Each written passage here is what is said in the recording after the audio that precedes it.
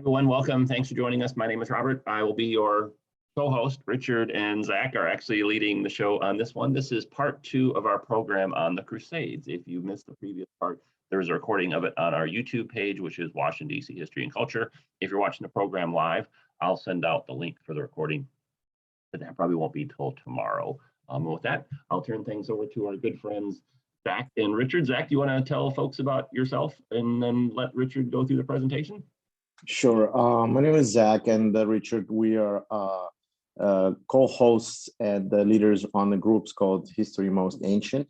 But that group is not just about history that's related to the ancient. We have Middle Eastern every Tuesday. We do Middle Eastern. Now it's on Thursday. I mean, this Tuesday is going to be the last Tuesday. We're going to co-host it, and Richard is going to be presenter. We're going to talk about Balkan nationalism. Then every Saturday, or virtually every Saturday, we do Roman subject, Roman Empire. Like today we did in the morning, the Marius and the beginning of professional army in Rome, which we know the army went from republic to the empire period, and therefore it was a lot of changes. Also, Richard and Aaron are co-hosting the European Union once a month. And next week or the following week, we're going to talk about the series about history of Ukraine. And obviously, it's most prevalent to today's subject matter. We do on-off subjects, something we did. Richard and Lisa did Hyksos, which is the Egyptian history, and we will have a history of Qing Dynasty in China. But mostly, we do follow a certain trajectory. Like I said, Richard does European and Middle Eastern history. We have Greg and I and other people are doing the Roman, Greek, Mesopotamian, and we have a person now dedicated to the Pacific history, and we do a lot of the different subjects. So that's my group, and I'll post a link to it. Also YouTube. And we also ask you to, if possible, any type of even a 50-cent donation to kind of help us, to have our group going, with Richard and me. And we have many presenters that do come in, and it's mostly suggested. And if you're interested, I'll post a link to that as well. Thank you. Yeah, Zach, for our upcoming Ukrainian history talk, which we'll do in a couple of weeks, but we'll send you the details for that. We don't have the schedule. Yeah, Richard, all yours. Take it away. Yeah, I was going to say, Zach, some of the people are asking if you can put in the chat the links to our history groups. That way they can see our offerings and the rest of it. Sure. All right. So today, as the others have mentioned, this is the second part in our 4-part series on the Crusades.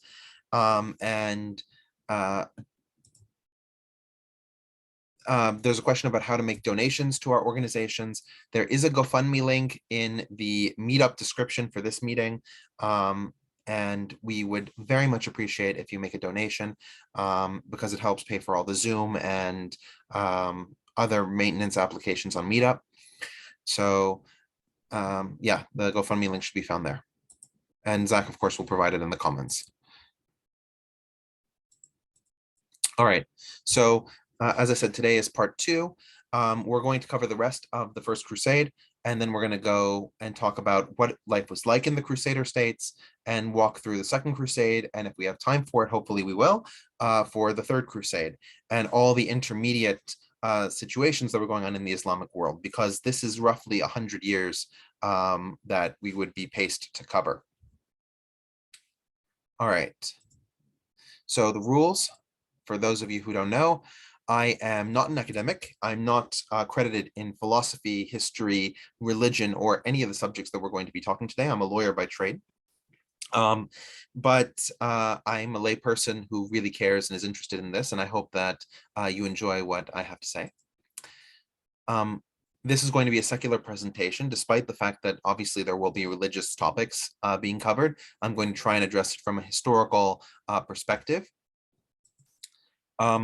I wanted to also request that everybody here be respectful, considering the subject matter. But of course, that doesn't mean that there shouldn't be questions, comments, clarifications all throughout the chat. I do check the chat while we're giving the presentation, and I will respond to comments when they are proper. Also, if there's something that Yeah, well, there'll also be a Q&A at the end, obviously, but a lot of times the questions are contemporaneous, and so they fit naturally into what's going on. Please put those questions in the chat. And as I say, that this class will be a 101 and a 201, meaning that if you don't know anything, I'll catch you up. And if you know something, I'll probably tell you something you didn't know already. And there's also a 90-minute hard stop. So that means that at, what is it, 2:45 or so Eastern time, no, sorry, 3:45 Eastern time, there will be no more new slides. You don't have to worry about whether or not you'll miss something.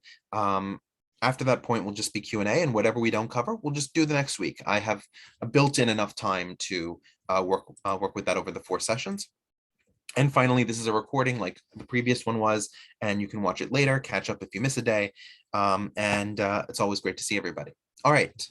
So I wanted to sort of do a quasi review and at the same time introduce new material. So last time we talked about the Crusades coming from the European perspective and also the Turkish perspective in the Middle East. Now, this is from the perspective to the northeast. This is the Armenian perspective. So there used to be a country called Armenia. Let me see if I have the borders. Yeah, if you look in the upper right-hand side of this slide, you can see where the Kingdom of Armenia used to be. It was located in what's now Eastern Turkey and the current country of Armenia as well, and parts of what is now Azerbaijan and Iran. And this country of Armenia existed in the late 800s all the way up to the mid 1000s. And at this point, they were getting into conflicts with the Byzantine Empire, which was expanding in this period. So you can see, for example, on the right-hand side, Saparapet Bahram Behlevuni, who was the chief commander. Saparapet is the chief commander of the Armenian forces. He was defending the capital city of Ani from the Byzantine attack in 1043. Eventually, the Byzantines are successful, and they become successful because Emperor Constantine IX calls King Gagik of the second of the Armenians to meet with him in Constantinople in the year 1045. And when Gagik arrives, he betrays him, arrests him, and puts him in the dungeon, which effectively leaves Armenia without a king, and the country is forced to capitulate to the Byzantine forces.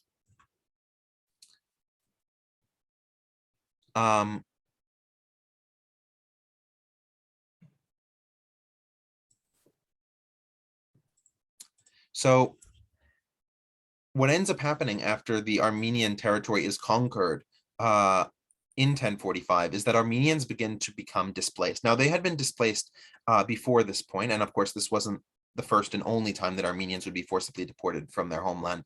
But this is one of those instances. And there were 3 sort of major prongs of this resettlement. The first one was to Constantinople, where Armenians became a large community. And they came there, and the Armenians that went to Constantinople were generally educated ones, nobility and similar, that could make a life for themselves in that kind of environment. There were also ones like, for example, that central arrow, where there were Armenian nobles or princes who were given money to relocate with some of their people to cities further inland in the Byzantine Empire. You can see there that's pointing to Sebastia, the modern Turkish city of Sivas. And then you had what was most important for our Crusades chronology, that some of them were deported to the southern borders of the Byzantine Empire, territories recently reconquered from Turkic and Arab groups in the northern part of the Levant. Now you can compare that, for example, to the map on the lower left-hand corner, which was the map in 950. So in that 1,000 years, in that 100 years, the Byzantines were able to push further south, and so they needed to populate these areas because they didn't want them to be Muslim majority areas. So they expelled the Muslim population, and they needed to find a Christian population to put there.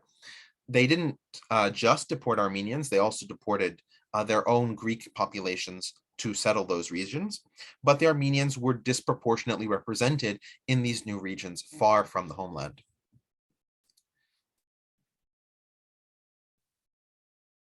I have questions about the slides. Can everybody see the slides, or? Richard, the slides are fine. If someone needs to adjust the screen display, they can do that at their end by looking on either view or view options. Perfect. All right. So at this time is when the Turks invade, right? The Byzantine Empire has just expanded, has just conquered Armenia, and you can see the Seljuks expand into this period. And it's not just the Byzantines whose territory that they displace. You can see they also push the Fatimids out of the Levant. Because if we go to the previous map, right, you have where it says Mirdasids and Numerids. Those areas were controlled by the Fatimids, either them or their vassals. So, when the Turks invade, the Seljuks, led by Tughral and Çağrı Bey, you can see on the lower right-hand side, they conquer all of this territory. And as we point out with the Battle of Manzikert, you have a large number of Turkic light cavalry led by the Seljuks coming into the Anatolian Peninsula and taking it up. And this leads to the creation of the Iqta system, right? This Persian-inspired system. You see Nizam al-Mulk, who is the Persian Grand Vizier of the Seljuk Empire, right? The Seljuks were Turkic, but they had this alliance with the Persian bureaucrats in order to administer the empire. And Nizam al-Mulk creates this Iqta system that divides the empire into bite-sized portions that each Turkic group can take. And instead of pillaging the land, they would become feudal lords, in a sense, of this land and derive rents from the people living on it. And while this worked to prevent wide-scale pillaging and destruction, it ultimately led to the Seljuk Empire being an empire really in name only. You can compare it to the Holy Roman Empire, for those of you who are familiar with European history. So you have a lot of these local Turkic warlords who really are more or less independent, despite swearing fealty to the Great Seljuk. There's a question of what religion did the Armenians practice? The Armenians were followers of the Armenian Apostolic Church, which is a type of Oriental Orthodox Christianity. And we can contrast this with Eastern Orthodoxy, which is the religion of the Byzantines, and Catholicism, which of course is the religion of Western Europe. The Eastern and Oriental Orthodox churches split in the year 451. That's the Council at Chalcedon, where the Eastern Orthodox and the Catholics accepted the ruling, and the Armenians and a number of other groups did not accept. So they were actually a different Christianity. And under the Byzantines, they were not treated as Christians; they were treated as heretics. All right. So this brings us back to the Great Seljuk Empire, basically looking like this, right? Of course, as I said, this map is from 1155, so the borders are not exactly correct for this time period. But if you notice, there are a lot of areas that are pink or red or brown or sort of beigeish tan. All of those territories are considered part of the Great Seljuk Empire. But these all belong to different Arabekh, or regional princes, who are controlling these territories with nominal fealty to the Great Seljuk. And if you look at that harsh black line that separates most of what's now Iran from the rest of the Middle East, that harsh black line is the territory that was more loyal to the Great Seljuk, was east of that, and to the west of that, you have what are effectively semi-independent states. Even though from a European perspective, they see this Great Seljuk Empire, which stretches almost from the city of Constantinople in the west to the Central Asia in the east. And because of this disunity, some of the Armenians are actually able to revolt. And these are Armenians in the deported territories, right? The ones that were close to the border with formerly the Fatimid Caliphate, now entirely within Seljuk territory. And these Armenians are in a very mountainous area where they build Bardzabed Castle and rally behind a prince, Ruben I, who becomes Lord of Cilicia, and they create what is called Cilician Armenia, or Armenia Cilicia, or Armenian Cilicia, one or the other. And this region is the first and only Armenian state that forms outside of the historic territories of Armenia. And you can see that comparison with the maps on the right-hand side. You can also see there one of the precursors to Armenian Cilicia, which was the quasi-state of Brachamios, Philaretus Brachamios, who was a Byzantine general of Armenian extraction, and so he tried to create an Armenian state, but it didn't survive very long. I have a question of where was the great Seljuk based? He was based in the city of Isfahan, in modern Iran. And you can see on this map that Cilicia starts growing, especially in the year between the years 1095 and 1129, which is no coincidence, because that's exactly the years of the First Crusade. A little bit, right, because the First Crusade is between 1097 and 1099, so that fits right in that time period. And the Cilician Armenians saw the Crusaders as a potential ally, because the Byzantine Empire had discriminated against them, so they didn't trust the Byzantines, and they were also suffering to a certain degree as being people of the book under Islamic rule. And so the Crusaders were a third party, and they felt that the Crusaders could tip the scale, and we'll see relations between the Armenians and the Crusaders throughout this period. So as I mentioned last time, Pope Urban II at the Council of Clermont in 1095 puts forward this call for a crusade. Now, what the Byzantines were expecting at this point was sort of a muted response, simply because they had asked for help from Rome before, and usually Rome would pay for or send a number of mercenaries, and those mercenaries would help the Byzantines against the Turks or whatever Muslim group they were fighting at the time. And the response of 60,000 knights and people supporting those knights, led by Godfrey of Bouillon, was definitely not what they were expecting. The knights, after the failed People's Crusade, which we talked about last time, the knights win a battle at Nicaea and a second battle at Dorylaeum. They make their way to Armenian Cilicia, where they refuel, for want of a better term, right? They get new provisions, and then they continue on their way into the Middle East. And we addressed last time how when they decided to divide themselves. Sorry, I have a question of, were the Seljuks Muslim? Yes, the Seljuks were Sunni Muslim. Now, when they got to Armenian Cilicia, they divided. Baldwin of Boulogne went east, right? You can see on the map on the left-hand side, you see the cities that are labeled Tars and Sis. These are in English the cities of Tarsus and Shish, which are two major cities within Armenian Cilicia. And so they went from, he went from Tars and Sis to the city of Edessa. And in Edessa, he found a large Armenian population, right? This was an Armenian population that had been deported here during the reign of Basil II of the Byzantine Empire.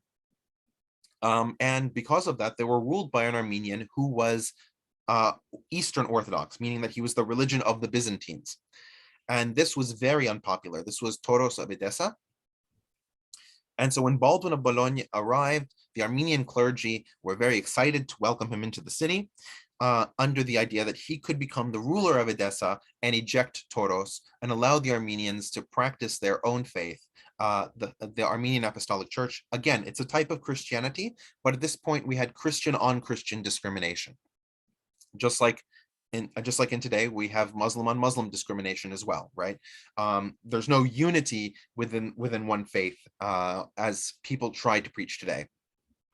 And so these Latin Christians, these Roman Catholics, were seen as a possible secondary support for the Armenians, because without Armenians, they would not be able to extend their control. And so naturally, they would be more accommodating. And that's exactly what happened. So Baldwin of Boulogne became Count of Edessa. That was the title he took as the new ruler of this Crusader state. And Toros was killed by the Armenians of the city. and a relationship was created between the Armenians of Edessa, the indigenous population.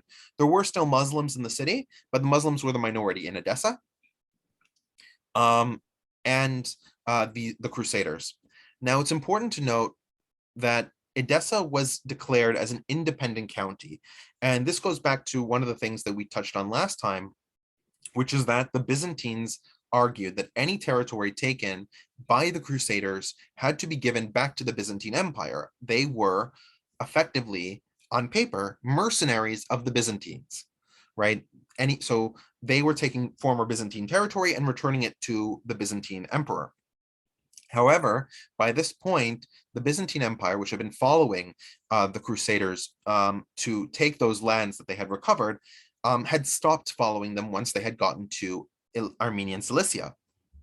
So Baldwin argued that the Byzantines hadn't helped him at all in taking the city. It had been entirely his soldiers and those that rallied to him from the Armenians in the city. And so therefore, he had no loyalty or no need to repatriate these lands to the Byzantine Empire, and he declared Edessa independent.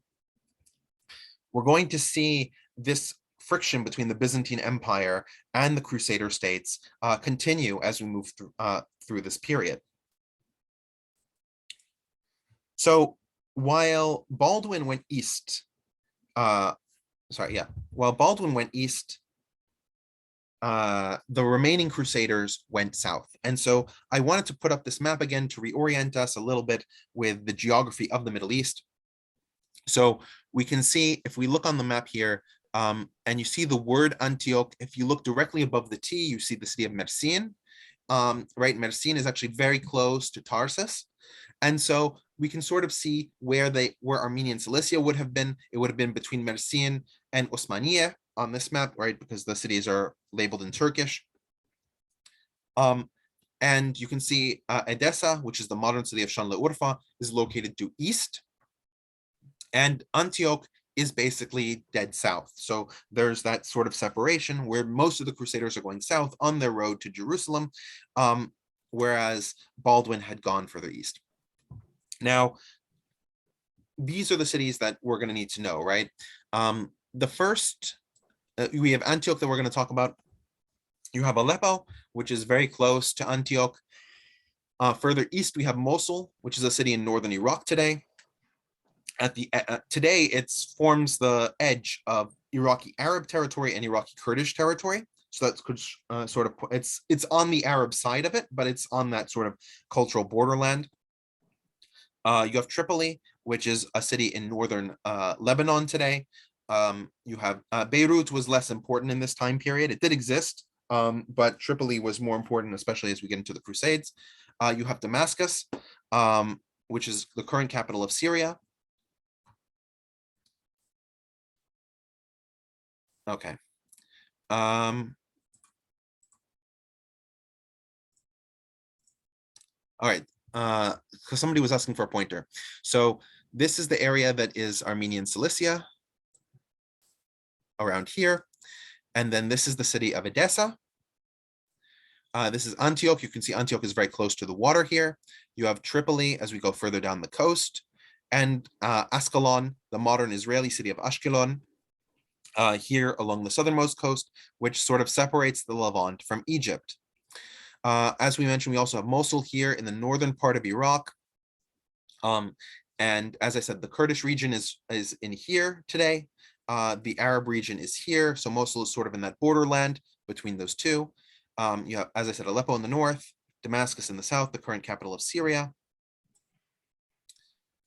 You have Jerusalem in the center of between the old city of Jerusalem is in the Palestinian territories, but the city of Jerusalem stretches between both Israel and the Palestinian territories. And then, of course, we have several cities in Egypt that we're going to touch on. This is the city of Damietta. It's one of the largest Mediterranean ports, as opposed to Alexandria, which is on this side, which is on the west side, Damietta on the east side. And you have Bilbais, which is a large Coptic Christian city. And of course, you have Cairo. Now, the reason why these cities have multiple names is that these cities are referred to by different people with different names. And so the modern names of many of these cities are not the names that they were called in this time period, which creates a lot of confusion when trying to place what we're going to talk about on a map, right? Because if I say something happened at Antioch and you're looking on the map for Antioch, you're not going to find it, but the name is Antakya now. And this was actually very common. People would rename the cities in their own language in order to facilitate their control of the region and cement their right to govern.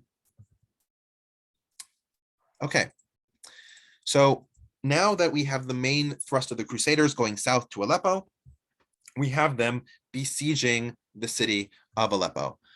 Sorry, a city of Antioch. Well, sorry, I have a question. So what was specifically stated organizing recruiting principle of that first crusade?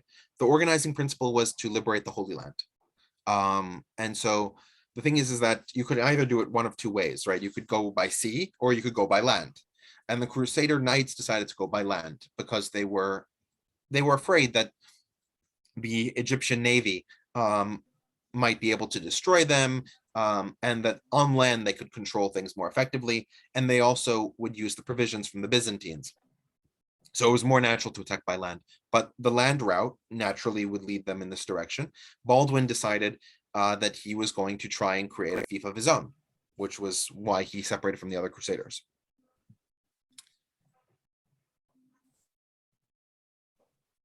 And I have a question: was the Holy Land restricted to Israel? If we include the Palestinian territories in Israel, generally speaking, when they refer to the Holy Land, that's what they're referring to. I don't think they have the modern geopolitical borders, so it might not be exactly one-to-one. But generally speaking, when they're talking about the Holy Land, they're talking about the areas that are controlled by Israel and the Palestinian territories. I have a question of were these the Knights Templar? The Knights Templar get created in the First Crusade, but not this point. At this point, we have other orders of knights, like the Teutonic Knights and the Knights Hospitalier, but the Knights Templar get created when Jerusalem is under Crusader control. And there's a question of please clarify the loyalty or relationship with the Pope and acting gaining for the church. I discussed a lot of what the papacy was intending in the previous conversation, but to make it simple, the Pope had no actual financial benefit from, directly speaking, from the Crusades. He wasn't supporting it financially. He wasn't generally involved. He was the one that gave spiritual support to the Crusade and gave all kinds of indulgences and other kinds of sin removal for those who went on the Crusade. But in terms of what the church itself gained, it was primarily prestige. Okay, so you've got this siege going on in Antioch because the Crusaders wanted to establish a city en route to Jerusalem so they could keep their supply lines open. And so they begin a siege of the city. Now, the city is actually well fortified. You can see the picture in the center, which is how Christians of Northern Europe imagined it would have looked. It probably didn't look much like that at all. But it was successfully defended. And the fortress was maintained by the Turkish commander Yaghisyan and his forces that controlled that region, which were made up of numerous different groups. Some of them Turkic groups, some of them Mamluk, right? These slave soldiers, Mamluk. And after 8 months of siege, a number of the leaders from this siege decided that it wasn't worthwhile. So some of them, like Stephen, Count of Blois, who you can see in the upper right-hand side, decided that they would retreat. And they went to Armenian Cilicia, to the city of Tarsus, on their way back to Europe. They bumped there into Alexios I Komnenos, who was emperor of the Byzantine Empire, right, who had been busy mopping up all those territories that the Crusaders had waltzed through on their way to Armenian Cilicia. And of course, as is natural, Alexios says, Stephen, what are you doing here? And he says, well, the Crusaders are stuck at Antioch and it's not going well. And so Alexios I Komnenos says, oh, well, how bad is it? And Stephen basically says, oh, they're going to die. And so Alexius says, all right, I'll just turn my army right back around and not bother with them anymore. So as you can imagine, this abandonment from the Byzantine Empire, if there wasn't already anger from the Crusaders concerning the Byzantines and their lack of help historically in the Battle of the Siege of Nicaea and the Battle of Dorylaeum, this certainly amplified it. And so the Crusaders began to recognize Baldwin's conquest of Edessa as a legitimate act. And they were going to follow by creating their own Crusader states that were not going to be tied to the Byzantine Empire. They were no longer going to repatriate that territory because they felt that the Byzantine Empire was not holding up its end of the bargain. And while the siege was going on, naturally, there were spies exchanged between both sides. And Bohemond of Taranto found out that there was one of these Mamluk, one of these slave soldiers, who was an Armenian. He was an Armenian who had been forcibly converted to Islam when he was enslaved, and his name was Firuz.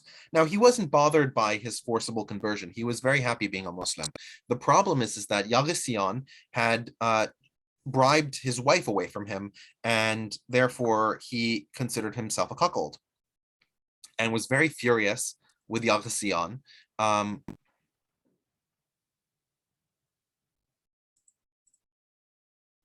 And so Yaghissian really alienated this Armenian Mamluk, Firuz, because of stealing his wife away. And so Firuz agreed with Bohemond of Taranto that he would let them into the city. And you can see on the right-hand side, Firuz is letting down a rope so that Bohemond of Taranto can scale into the city and open the gate from the inside and let the Crusaders into the walls of the city. Now, an important thing to note is that there was a discussion between the different Crusaders as to who would get to rule Antioch. And while some of the Crusaders dissented from this idea of becoming their own feudal chieftains,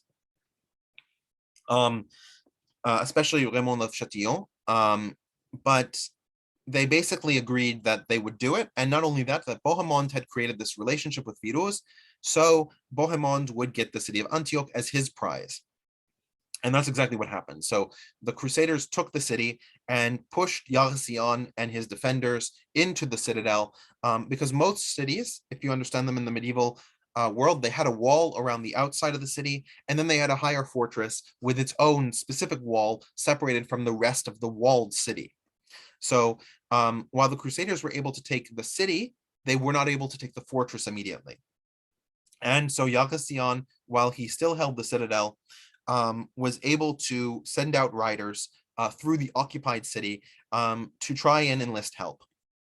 And so the Araber, or prince, we can say, of Mosul, right, that northern city in Iraq, his name was Kerbogha, and he heard this call for help. Kerbogha therefore enlisted his own soldiers, his Turks and his Mamluk, and he made way for Antioch.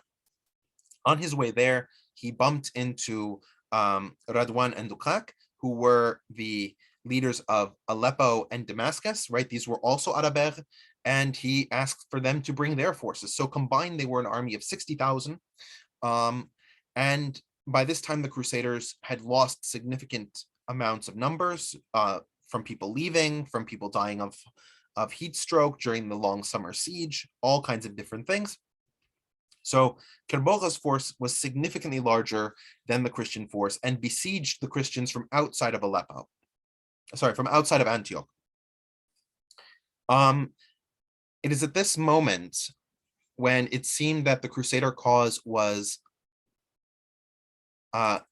really weak. They had started off from 60,000 people. They were probably closer to about 20,000 now.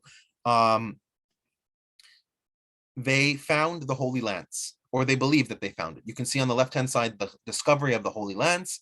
And with this newfounded religious vigor of having discovered a holy artifact, they sallied forth from the city and attacked Kerbogha's army that was assembled there. what should have been an easy route for Kerbogha, given the size of his army, was actually a victory for the Crusaders, because Radwan and Dukak, rather than standing together with Kerbogha, were afraid that if Kerbogha was successful in taking Aleppo, in taking Antioch, then he would declare himself Arabeg of both Mosul and Antioch, and therefore become a greater threat to their own power in their own Arabeg. So they deserted him on the field of battle, and Kerbogha, realizing that his strength alone was not enough to fight off the zealous Crusaders, retreated. And Antioch became a Crusader city. The citadel surrendered, seeing Kerbogha flee, and Yaghasian was removed from power. Now, just to remind everybody, when we talk about, so now that Antioch is in Crusader hands, it's important to shift to the southern side of the Levant and into Egypt. As you can see from the map on the left-hand side, at its greatest extent in 1050, the area of the Levant was under the control of the Fatimids, and the Fatimids were a Shiite country, an Ismaili Shiite country, and were sort of in their last days. But because they were an Ismaili Shiite country, they had a number of grievances against the Seljuks, who were Sunni, not the least of which is that the Seljuks conquered some of their territory in the Levant in the year 1070. And these Fatimids were under the rulership, were under the rulership of a number of grand viziers, because the caliphs of the Fatimid Empire, the Fatimid Caliphate, as it had gone through history, had become relatively weak in terms of their power, and they ceded more power to their grand vizier, who was the chief minister of all affairs. Similarly to what we saw in Antioch, we had Mamluk here who had incredibly strong stature, and in particular, we have some Armenian Mamluks here in the city of Cairo. The first one who takes power is Badr al-Jamali. He takes power directly as the Grand Vizier in 1073, but previous to that, from 1063 to 1073, he had distinguished himself on the battlefield. We don't know much about him or his life, but we do know that he built the Al-Juyushi Mosque, which still stands in Cairo today. And then his son, Al-Afdal Shahanshah, became the next Grand Vizier, right? The Grand Vizierate was so powerful that effectively it became its own sort of quasi-monarchy, right? In most political positions, they're not dynastic, right? They're appointed by the Sultan or by the Caliph. This is not the case here, because the Grand Vizierate was so powerful that they could appoint their own successors in certain occasions. There was a problem, though, when Al-Afdal Shahanshah decided to overextend his power and decide who the next caliph would be, right? Al-Mansur Bilha died, and he had two sons that could possibly succeed him. The majority of the Egyptian nobility and the majority of Egyptian nobles believed that it should be Nizar ibn al-Mustansir. He was a young man, relatively capable, but Al-Afdal Shahanshah preferred the younger brother, Al-Musta'ali, who was still a child and therefore very impressionable, because that would allow Al-Afdal to concentrate more of his own power. And so there was a rebellion in Egypt between these Nizaris who supported Nizar and the Musta'alis who supported Al-Afdal Shahanshah. And we can see from the fact that the Nizaris were able to mint coins, you can see that coin in the center, in cities like Alexandria, that they at least held some political control for a short amount of time before Al-Afdal Shahanshah kicked them out. Now, considering that these Shiites are Ismaili Shiites, this group is known better as the Nizari Ismailis. And while the Al-Musta'alis don't survive to the present, and generally in Egypt, they become relatively ostracized because the Grand Viziers tend to be more and more Sunnis, even though it's a Shiite government, the Nizari Ismailis become very famous in their own right. And their leader, Hassan al-Sabah, is exiled with the rest of these Nizari Ismailis to the Middle East, and they build fortresses in high mountainous areas, both in Syria and in Iran. You can see those mountain fortresses in the center. And the Nizari Ismailis realized very early on that they cannot defend themselves through traditional militaries because they're not large enough as a community. And so they develop their own form of attack, which is assassination. And these Nizari Ismaili fighters become the assassins of legend. In fact, that's where the term assassin comes from, because these people are believed to have called their group Asasiyun. Similarly to how the knights had orders in the Christian schema, the Asasiyun was an order of Nizari Ismailis who believed that through the sacrifice of themselves and the public assassination of enemy officials, that they could achieve martyrdom and go to heaven. There are, and of course, you can see the picture in the upper right-hand side, which is inspired by the Assassin's Creed video game, which takes off on some of the stories of the assassins. One in particular is a tale, we don't know if it's true or not, that the assassins at Masyaf Castle in Syria were challenged as to the tenacity of their defense by a significantly larger military. It was a Muslim military, a Sunni military.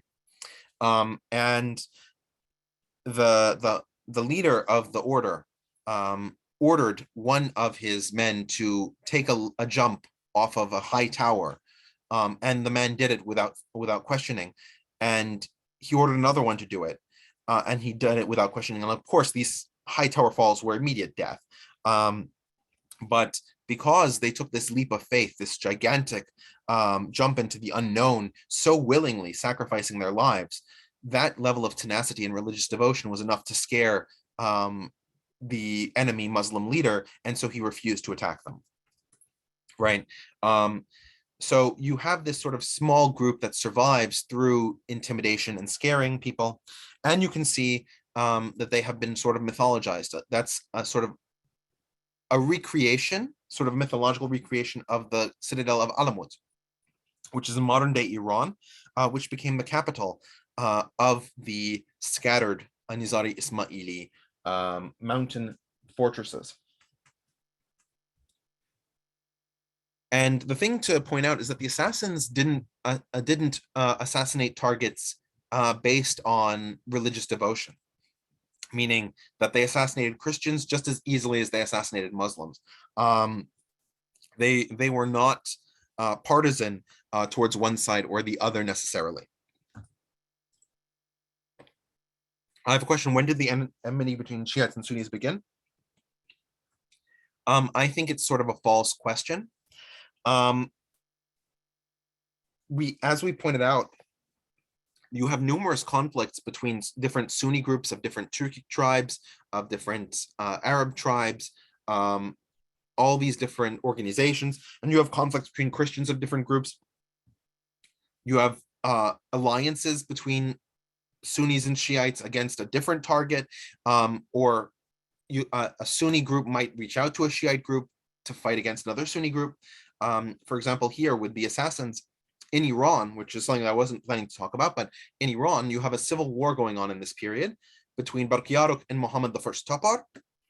And in this civil war, you have two Sunni sides, but Barkiyaruk reaches out to the assassins to fight on his side against Muhammad I Topar, because they control strategic mountains, and he feels that their assassination techniques could be useful in facilitating his control of the territory. So it's not so much that there's enmity between Sunnis and Shiites, but there are different groups, and this is just one more way of differentiating these different groups. In terms of the current sort of grievance culture between Sunnis and Shiites that exists, that comes much more from the relationship between Selim I of the Ottoman Empire and Ismail I of the Safavid Empire, roughly 500 years ago, when both of them began committing numerous atrocities against denizens in their own empires of the opposite sect.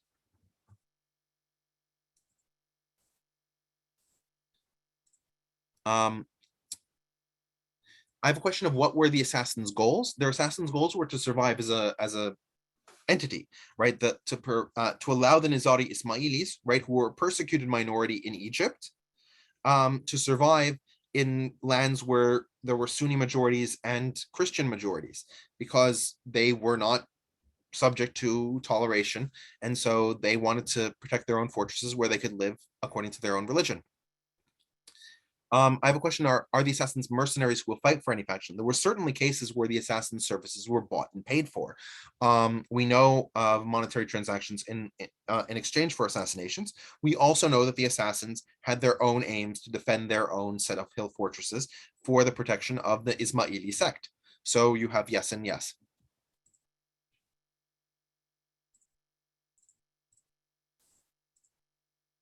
I have a question. Sunni Ahmadis are more and less pronounced within culture and politics of different cultures and countries, correct? Absolutely.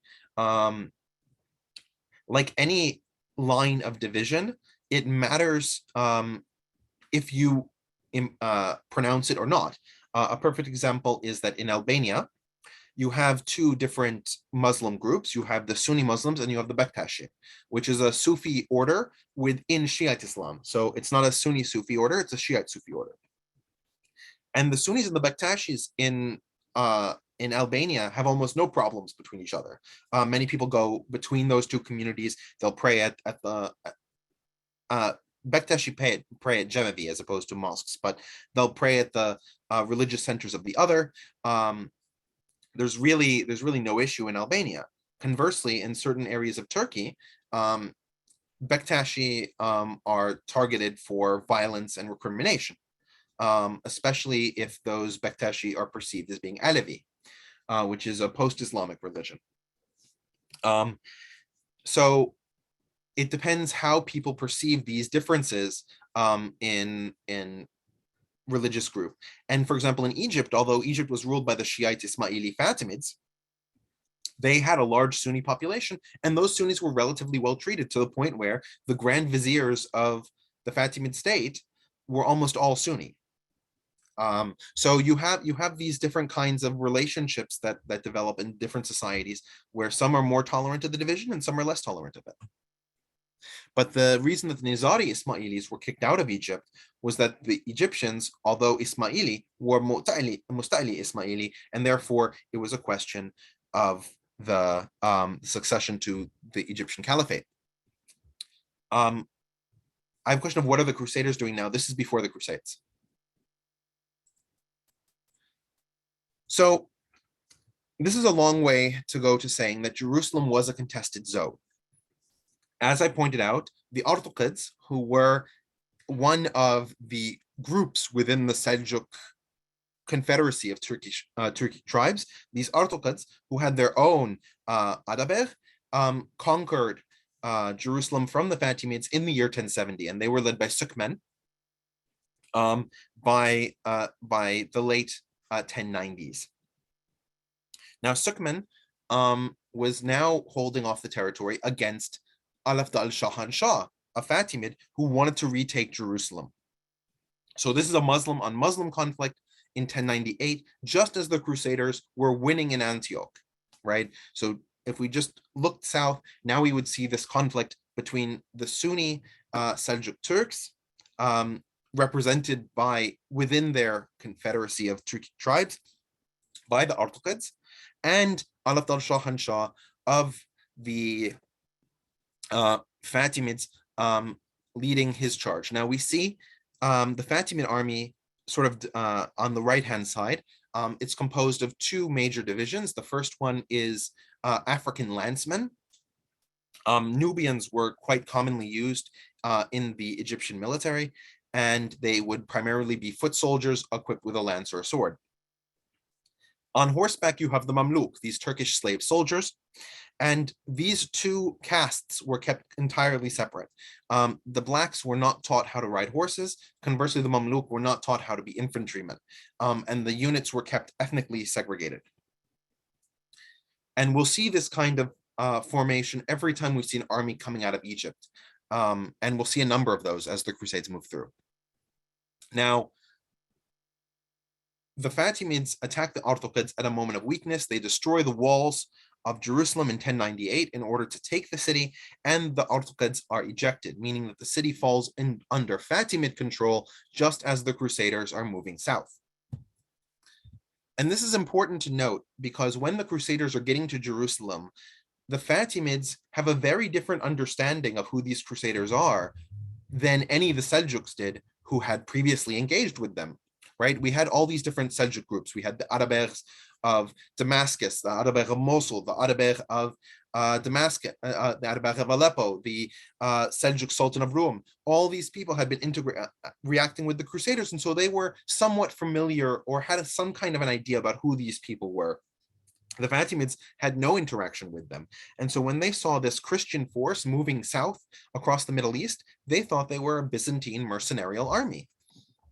And they considered the Byzantines their allies in their war against the Seljuks. So they actually didn't prepare adequate defenses and even sent a messenger. Alafdal Shahanshah sent a messenger to the Crusaders, hoping to forge an alliance against the Seljuks. And of course, the Crusaders were completely baffled by this request because they didn't see any difference between this group of Muslims or that group of Muslims. Those were Muslims occupying the Holy Land. They had to go. And so the ambassador was rebuffed, and the Egyptians had very limited time to set up the defenses of Jerusalem. In fact, they were unable to rebuild most of the walls that they had destroyed in defeating the Artuqids. Now, I have a question. Why was Jerusalem such a coveted territory for non-Christians? It wasn't. The reason that the Fatimids wanted to retake Jerusalem was an assertion of power. They wanted to take the whole Levant region, including Damascus, Aleppo. These were much more important cities. And Jerusalem was the first stepping stone towards that northward invasion. And the wall, somebody's asking what walls were in Jerusalem and who built them. These walls in Jerusalem are walls that have been built by the Fatimids during their first control of Jerusalem about 100 years ago or so. But they had been maintained when the Seljuks took the city and rebuilt and reorganized, destroyed by the Fatimids. When the Artuqids took the city in 1070, destroyed by the Fatimids when they took the city in 1098. They would be rebuilt by the Crusaders after they take the city, spoiler alert, and they would be routinely destroyed and rebuilt. The walls of Jerusalem that we have today were built by Suleiman the Magnificent of the Ottoman Empire, so that's 500 years in the future. Actually, 400 years in the future. All right, so the Fatimid defense of the city was led by a man named Iftikhar ad-Dawla. So you can see him on the lower left-hand side. He was also Mamluk. We don't know his birth name. Iftikhar ad-Dawla means the pride of the nation, and he got that name from his slave master. So we actually don't know what his real name was, but he was very adamant in defending the city. The first thing that he did is he expelled all the Christians from the city because he felt that they could be a potential fifth column allying with the Crusaders. The next thing that he did is that he poisoned a number of the wells outside of the city to prevent the Crusaders from being able to recover their horses and beat up on supplies while they were outside of the city. Then the Crusaders began their siege. And since the walls were already partially destroyed, the Crusaders had somewhat of an edge than they would have normally had. And they were also very capable of building siege structures. Most of the knights that had come down had been familiar with the creation of siege engines and other similar developments in Europe. And so they were able to log all of the trees around Jerusalem and build two massive siege engines that they could put against the city. Somebody's asking what they poisoned the wells with. I don't know. They poison, like, you can't drink from it, so they're useless. And so the siege engines were put against the walls, and the people made their way through into the city. Now, the Crusaders and Muslims have slightly different recollections of how well that went. The Crusader recollection is sort of in the upper right-hand side, where they came in gloriously, they killed the infidels, they took the city and resacralized the Church of the Holy Sepulchre. The Muslim recollection is that the Crusaders slaughtered whoever came in their way, be it Jews or Muslims. Remember, Christians have been ejected from the city, so the Crusaders just killed at random, knowing that there were no Christians there. And the massacre was so bad that horses were wading in the blood of the killed and destroyed. And the Crusaders remade the city as a Christian majority city, with a substantial Muslim minority still, but a Christian city. Now I have a question. So the Islamic Holy Land claim to Jerusalem is retrofitted? No, Jerusalem was a holy city. The mosque, the Masjid al-Aqsa that sits there, and the Dome of the Rock Shrine were holy places that did exist. It's just that the claim of wanting to take that land because it is a holy land, that was not the military aim of the Fatimids and the Seljuks in taking that territory. Their desire for it was as a stepping stone to more desirable territories from an economic perspective. All right, so now that the Crusaders have taken Jerusalem, they establish the Crusader States. In fact, the Crusaders then go back from Jerusalem and reconquer Tripoli, which results in the fourth Crusader state, the County of Tripoli. So by the year 1100, this map is from 1135, but by 1100, this would have been the situation. You had four Crusader states: the County of Edessa, the Principality of Antioch, the County of Tripoli, and the Kingdom of Jerusalem. The Kingdom of Jerusalem was a primus inter pares, right, a first among equals, and all of the other Crusader states were loyal to the Kingdom of Jerusalem. They were considered vassal states of the Kingdom of Jerusalem. You can also see between the County of Tripoli and the Principality of Antioch was the fortress of Masyaf, and two other assassin fortresses. And you can also see the Armenian Cilicia just to the west of Edessa and to the north of Antioch, which was effectively a fifth Crusader state. Now I have a question of how many Jews were in Jerusalem. A few thousand. There were not a lot of Jews in the territory of what's today Israel during this period. They were there, but they're a very small population. Now, one of the things that the Crusaders had brought with them from Europe was this ability to build castles. In fact, we have 36 castles that are built in this time that run along the border between what's demarcated in the map on the right-hand side is the Great Seljuk Empire. Remember, of course, that this is a European perception that this is one unitary entity. This is actually those numerous different Arabev that are significant and that are smaller than the Crusader kingdoms. But there are 36 fortresses that run all along that boundary. One of the most famous and one of the ones that survive to this day is Claque de Chevalier, which you can see on the left-hand side. It's an impressive fortress, and because of these incredible defenses, the fact that there were only a few thousand knights in the whole of the Crusader states, there were many more Latins, meaning people who came from Europe, but they weren't knights, right? They were peasants or farmers or something similar. But even though there were only a few thousand knights, they were able to adequately defend these territories for a significant amount of time because of how effective these fortresses were. All right, so once we get to 1099, right, and you have these Crusader states survive more or less in the shape you see them until around 1135, and then still longer if you don't count the County of Edessa, which is the first Crusader state to fall.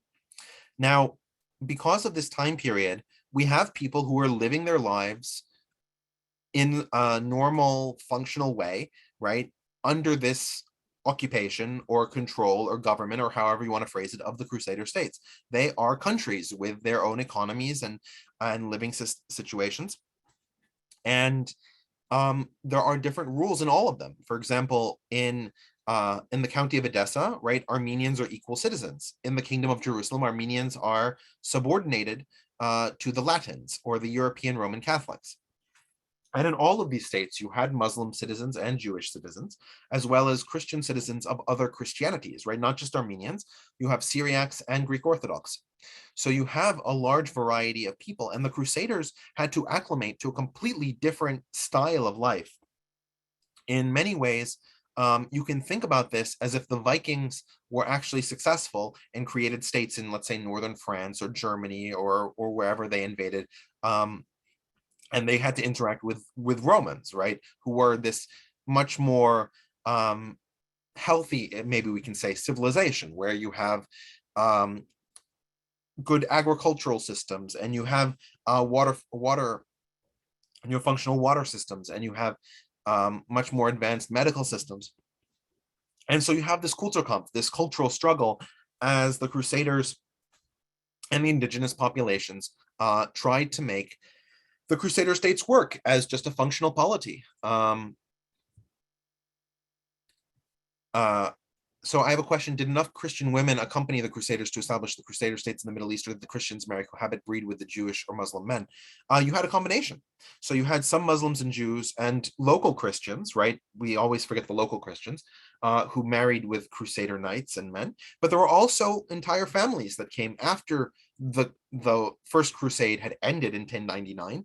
There was a call from the Crusader states for Latins to come and settle there. And there were people who would come primarily by boat from Genoa in Europe, or from Venice. And these people would be accepted in the ports like Acre, like Tripoli, like Antioch, and they would be brought in and settled in the territory. So you had mixtures of both. Now, during the 1130s, there was an alliance between the Kingdom of Jerusalem and the Burid state and Burid Emirate of Damascus. So it's that Damascus city-state, and Damascus sent an ambassador named Osama ibn Munkidh. You can see him from a modern Arab documentary in the center. And Osama ibn Munkidh was as I said, an ambassador from the Burid Emirate, which at this point was an allied state with the Kingdom of Jerusalem. And he wrote in his diary a number of really interesting anecdotes about what life was like in the Crusader states, and really give one of the best portraits we have of the Muslim perception of what the Crusader states were and how they worked. And he had a number of criticisms of the Crusader states and how they operated. He had some things that he noticed that he thought were well designed and well developed. And he had some sort of strange anecdotes. And I think that it might be fun to share a few of those to get sort of sense of what life was like in the Crusader states. So let's start with the things that he thought were incredibly barbaric. There was a European custom of trepanning, which is to cut open the skull and free it of the demons that were inside. This practice was relatively common for any kind of medical ailment, especially disease. And as we know today, cutting somebody's skull open does not cure them of a fever. It has nothing to do with that. Trepanning is still a medical procedure that exists, but it's only used if there's swelling of the brain, and so you need to create space for the brain to swell and not create cerebral hemorrhaging by hitting the skull. But the Europeans were using it for all kinds of things. And Osama ibn Munkidh just thought it was absolutely barbaric, because Muslim doctors were about 2 centuries ahead of Europe in terms of curing diseases, ailments of the body, understanding herbs. And so the idea that this was an acceptable medical procedure, especially when many people were dying from what would have otherwise been a non-lethal circumstance, he found incredibly barbaric and saddening. He also found the idea of dueling, which was very common between Crusader knights, to be ridiculous as well. Now, you have to understand that dueling was one of the ways that Crusader knights decided who was correct or who was incorrect in a dispute. So let's say you have a property dispute. I say that I own this farm. You say you own this farm. All right, let's fight. To Ibn Munkidh, this seemed ridiculous, because the question of who owns this land is not correlated to your fighting skill. It's correlated to whatever deeds were written, whatever evidence somebody can produce before a Sharia compliant judge. That is how you would assess whether something was correct or incorrect. It's not whether you could physically beat somebody. But the Europeans apparently had this system, and he just thought it was really odd and nonsensical. One of the funnier stories that he writes about is a situation in a hammam. Now, hammam, you can see in the center, is, today we call them Turkish bathhouses, but of course this was an Arab tradition long before it was a Turkish tradition. And these bathhouses were gender segregated.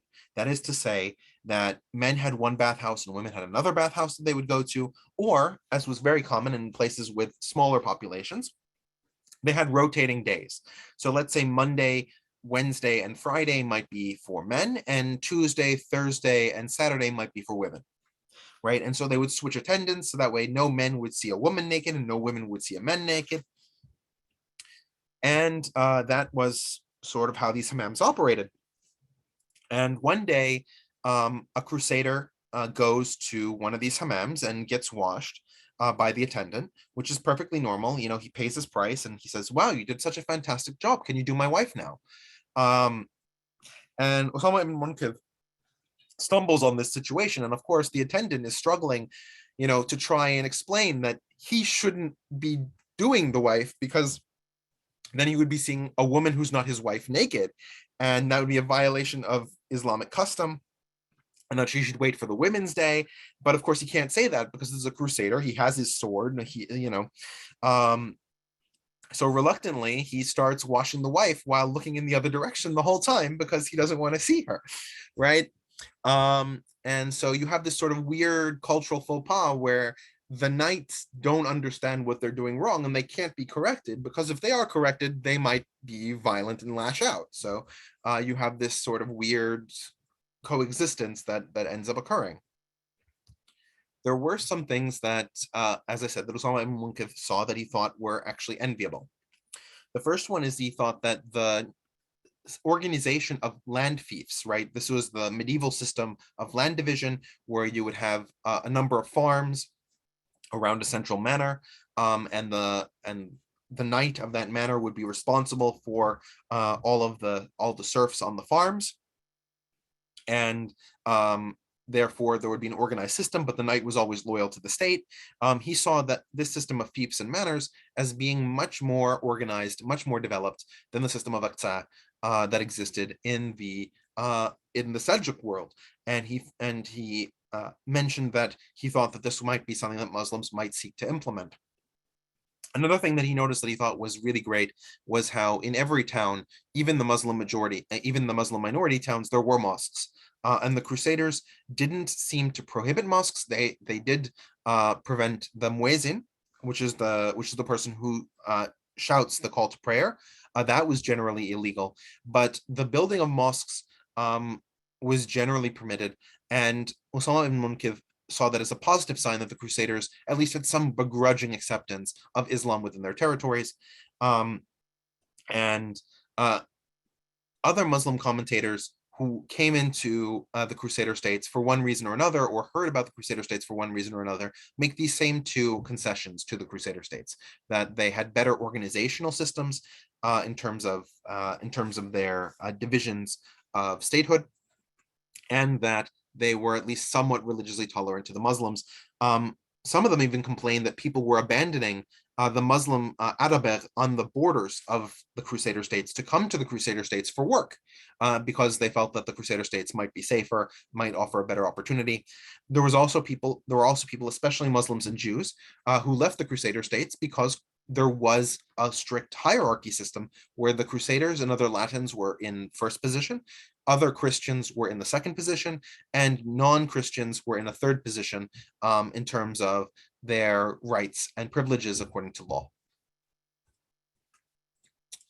So if we talk about the politics during this period, we need to start pretty early on in this time. So we're at the year 1111. And you can see the Principality of Antioch is actually incredibly close to the city of Aleppo.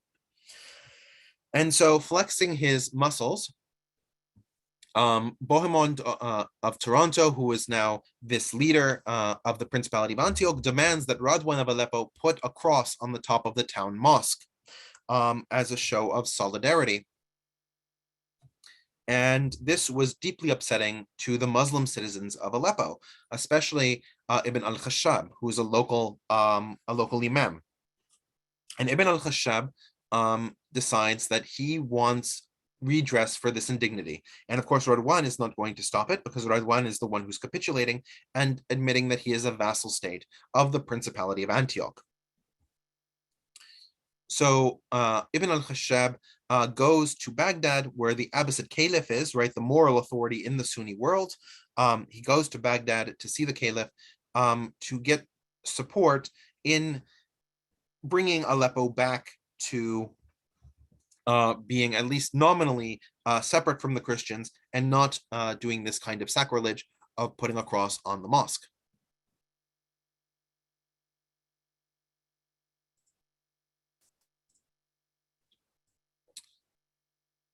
Now, when Ibn al-Khashab goes to Baghdad, he is received positively by the Abbasid Caliph. Of course, the Caliph himself has no terrestrial power. He only has ecclesiastical power. And so he calls upon the great Seljuk, who at this time is Barkiyaruk. No, sorry, is Muhammad the First Tapar. And the great Seljuk orders the Arabeg of Mosul, who is no longer Kerboga retired, and is this man Maudud. Maudud is authorized to take an army west and subdue the Crusaders. And Maudud manages to get an alliance with the new emir of Damascus, Tokhtakin. And you can tell by that name that he's Turkish. So Maudud and Tokhtakin both unite together and start fighting a number of battles against the Crusaders, trying to attack these castles. Now, they fight a number of battles. Most of them are victories for the Crusaders until the Battle of Asanabra in 1113, which was a Muslim victory. It wasn't a great Muslim victory. They weren't able to take much more land. They weren't able to take any of the fortresses, and they weren't able to hold any territory, but they were able to force the Christian force to retreat. And this battle shook the Crusaders, because it was the first time that they had really lost at all in this struggle. And of course, you have to remember that from the Crusader perspective, they are being supported by God, which is why they won against all odds in Antioch, which is why they were able to take Edessa with the local population supporting them, why they were able to take Jerusalem, despite the fact that the Muslims poisoned the wells. So this defeat, even though it was a minor one, began to put a chink in that armor. Now, the assassins saw the arrival of Maudud and the great Seljuk's army as a possible threat to their order. And so they assassinated Maudud very publicly in 1113 as well, in order to remove him as a possible unifying force. Without Maudud, the great Seljuk army peeled back into Iran, and we actually see no further involvement within the history of the Crusades of the great Seljuks into the Levant region. It's going to be entirely up to the people in what's now the Levant in Egypt to deal with the Crusaders. So in this time, it's not just the Crusaders' only enemies are not just the Muslims, such as we've seen before. The Byzantines are, of course, very angry that the Crusaders are not repatriating those lands to the Byzantine Empire, and this gets rectified with Emperor Ioannis Komnenos, John II Komnenos, who you can see as a mosaic on the left-hand side. And because of the Crusaders' efforts in Anatolia, he is able to expand his authority and conquer the southern part of Anatolia back from the Seljuks, pushing them further inwards in the Anatolian Peninsula. He also immediately overruns Armenian Cilicia and incorporates it into his empire, imprisoning Prince Leo I of Armenia, who was their leader. And he then demanded that Antioch and Edessa support him in his attack on the fortress city of Shaizar. You can see on the map on the lower right-hand side where Shaizar is. That was another one of these Atabeg, one of these small Muslim states within the Great Seljuk Empire. And that state was called the Munkithite Emirate. So you have the county of Edessa and the Principality of Antioch contributing forces because John II Komnenos demanded it of them, but those forces were not very active in the battle. You can see the picture in the upper right-hand side where Komnenos is leading the archers in fighting against the fortress at Shaizad. You can see the modern ruins of that fortress from before the Syrian civil war below.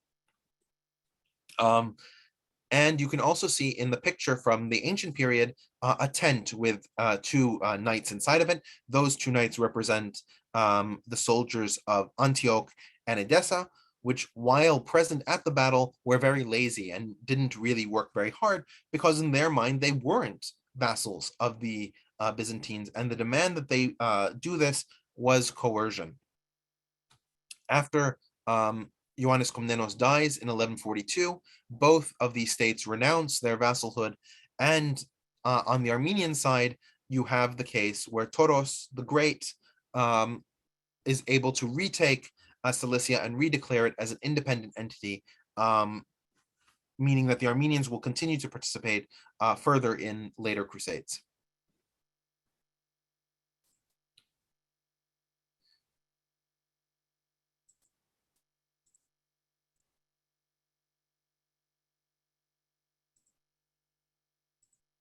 So we then have a new Atabeg in Mosul after Maudud died and several other successors, and this man was appointed by the Caliph. This was Imad ad-Din Zengi. He's another Turk, and he decides that it will be his dream to reunite the Levant into one coherent military and therefore destroy the Crusaders. And so he launches in 1144 a siege of the city of Edessa. He's fought against Edessa several times, but in 1144, he scores an incredible victory and he destroys the Crusader state. Using his Turkic cavalry, he's able to completely rout them from the battlefield, and Edessa, as I said, is ended, which leaves us with only 3 Crusader states left. This is the most stirring victory that we've seen on the Muslim side, and it gets a number of these minor Atabeg worried, especially the Burids of Damascus.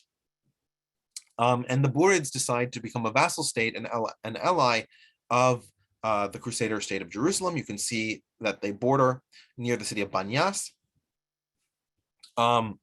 And that's why Osama ibn Munkith was sent in the first place to be an ambassador, right? That was that history. And Prince Mu'in ad-Din Uner, you can see Mu'in ad-Din Uner on the lower left-hand side, was this prince of Damascus who utterly refused to come under Imad ad-Din Zengi and preferred independence with vassalhood to the Kingdom of Jerusalem than to be incorporated into this new Zengid state, which sets. But the situation was such that Imad ad-Din Zengi was pushing forward and making inroads in both Shaizar and in what's now southern Syria, especially the area around Homs. Now, just for those of you who are familiar or interested in the Spanish Reconquest, to put this in perspective, in 1146, which is 2 years after Edessa falls, the Almohads invade Spain.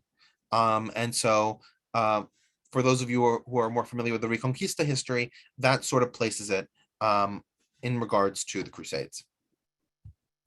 All right.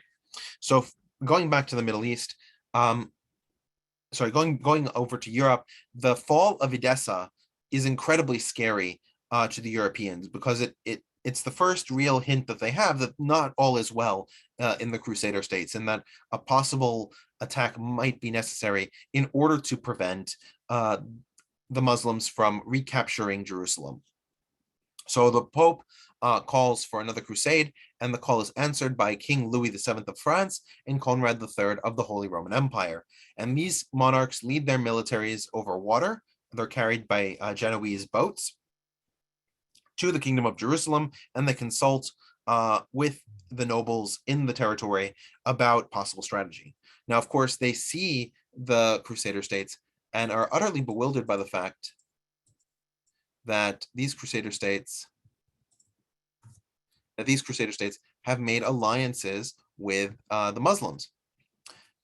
And furthermore, that there are Muslims living in and among them in the Crusader states. Remember that they had come from a religiously intolerant Europe, and to see this multiplicity of cultures, multiplicity of religions moving around, infidels freely accepted, was very alien to these new Crusaders. And so it was very jarring for many of the Crusaders who had come in the First Crusade and the Latins who had settled in the Middle East, that they now were more considered to have Orientalized and were not truly considered European anymore by these new Europeans that came in.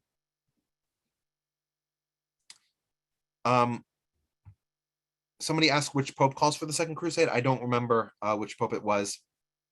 It's whoever was before Innocent III. So I have a comment. You said Jerusalem wasn't the final goal of the Crusaders. There were other more economical places that they took afterwards. Please give examples of such places. In the First Crusade, the final goal was Jerusalem. When I talked about the more economical places, I was referring to the Fatimid reconquest of Jerusalem. The Crusaders do go after Egypt, and we're going to talk about that, which is more economical. But that wasn't the goal of the First Crusade.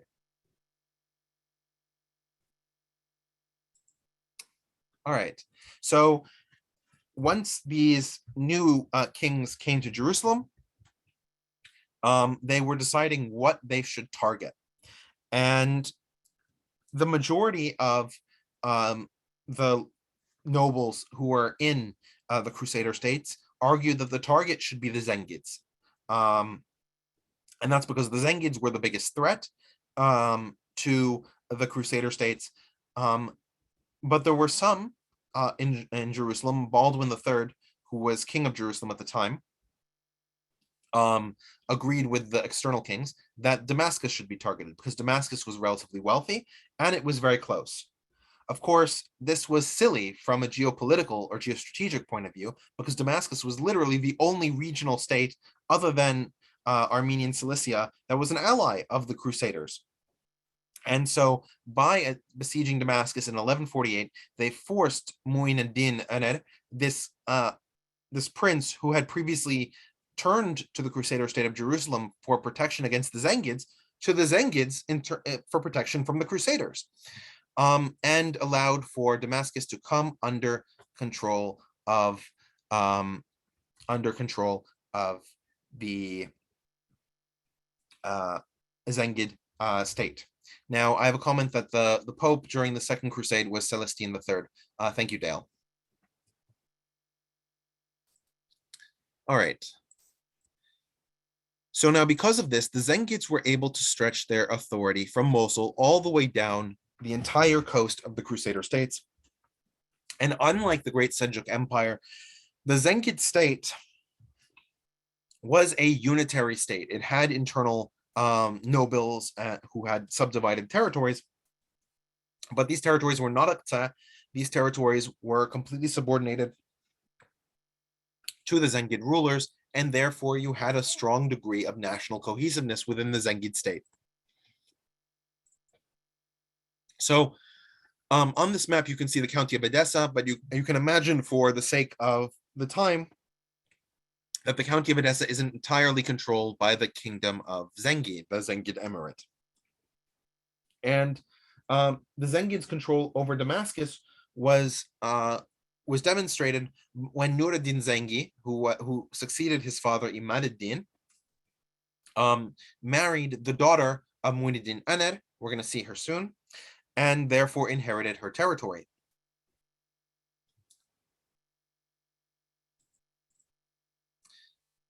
The Crusaders at this point, now that the Second Crusade had been a complete fiasco, the Zengids were able to defeat the siege on Damascus. Most of the Crusaders who'd come in the Second Crusade went home. Very few of them wanted to stay because they considered whatever was existing in the Crusader states to be so heathen that they didn't want a part of it. The Crusaders decided to turn their attention to the southwest. And this is because during this time, while the Zengids had been the primary threat, the Egyptians under the Fatimids were beginning to raid the south. And while there were castles, you can see all those castles that existed and built by the Crusaders, the Fatimids were raiding from Ascalon, which was a territory that they controlled, right? So they controlled this territory very close to Egypt, and the Crusaders were thoroughly angry at the process. Now, they tried to attack Egypt navally, and that did not succeed. But after a long, drawn-out struggle, they were able to conquer the fortress at Ascalon. And you can see in this picture Baldwin III receiving the surrender of the Fatimid soldiers and taking Ascalon in order, and which gave him now a gateway into Egypt. And this goes back to this map. This is actually the right time for this map. This map is right after the Second Crusade. And you can see in that blue area, those are all of the Crusader states and Armenian Cilicia put together. You can see the different Zengid territories. Those are the ones in, yeah, let me just get out the pointer for a second. So you can see all these Zengid territories here. This is Mosul. This is the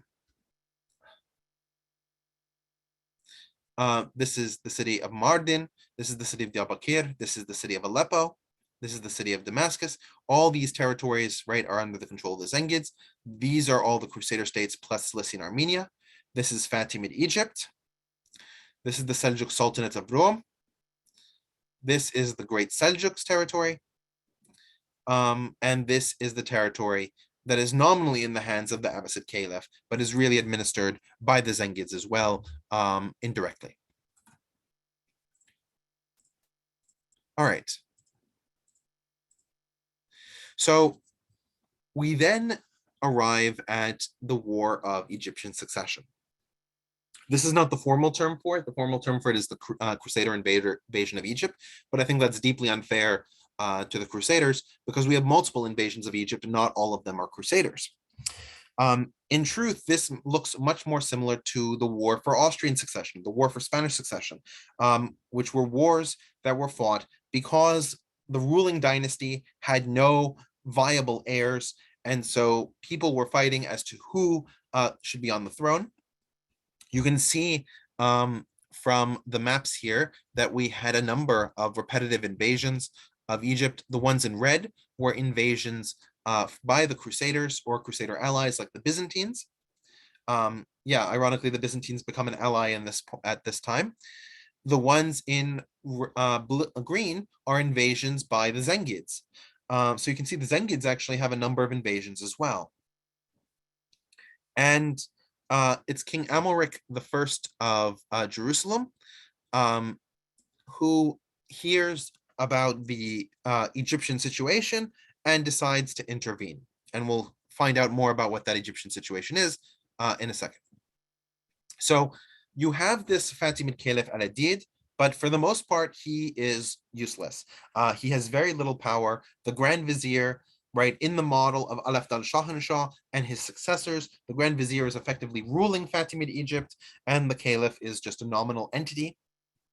And so there's a fight between two of these leading generals. One is named Dirgham, and one is named Shawar. Dirgham is in a weaker position, and so he asks Amalric I to support him in fighting against Shawar in order to prevent Shawar, who has more military support, from becoming the Great Vizier, and Amalric takes him up on the offer, seeing the possibility of having access to Egypt, which is an incredibly economically desirable location. There's huge amounts of crops that are grown in Egypt, especially wheat.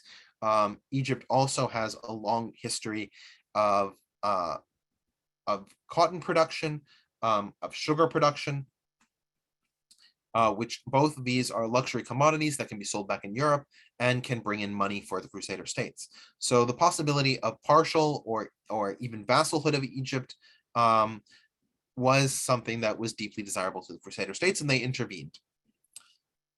Unfortunately for the Crusader states, Dirgham was defeated relatively early in the struggle, and so the Crusaders were forced out of Egypt,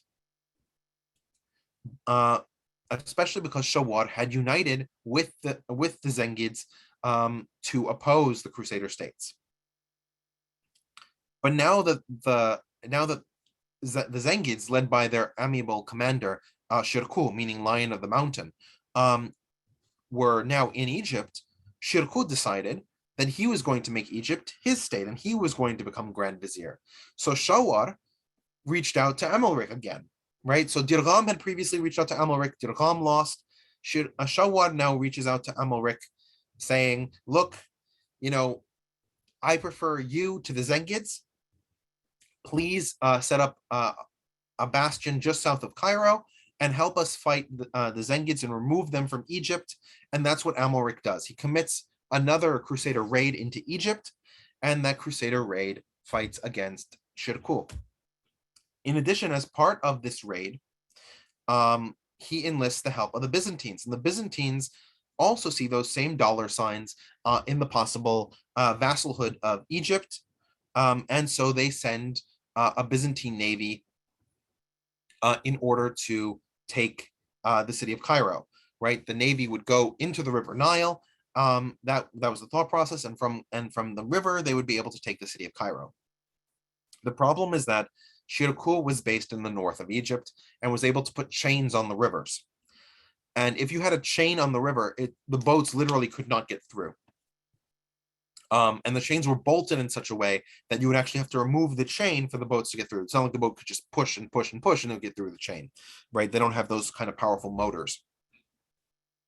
And so you had the Crusaders working furiously on land to besiege Alexandria, break the chains, and let the Byzantines in.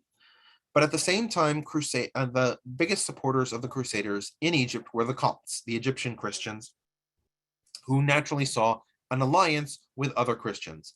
But the Crusaders didn't make any distinction between the Copts and the Muslim Egyptians, because to them, they all looked like Egyptians, right? You have this sort of mentality of, kill them all and let God sort them out. Well, that doesn't work very well when you march into a Christian city like Bilbais, which was very close to Cairo, and was a majority Christian city, and you massacre thousands of people. That alienated the Copts from the Crusader population, and so the Crusaders didn't get the key support that they would need from the Copts in order to reinforce their forces, and Shirkuh and the Zengid forces that he had brought with him overwhelmed both the Crusaders and Shawar.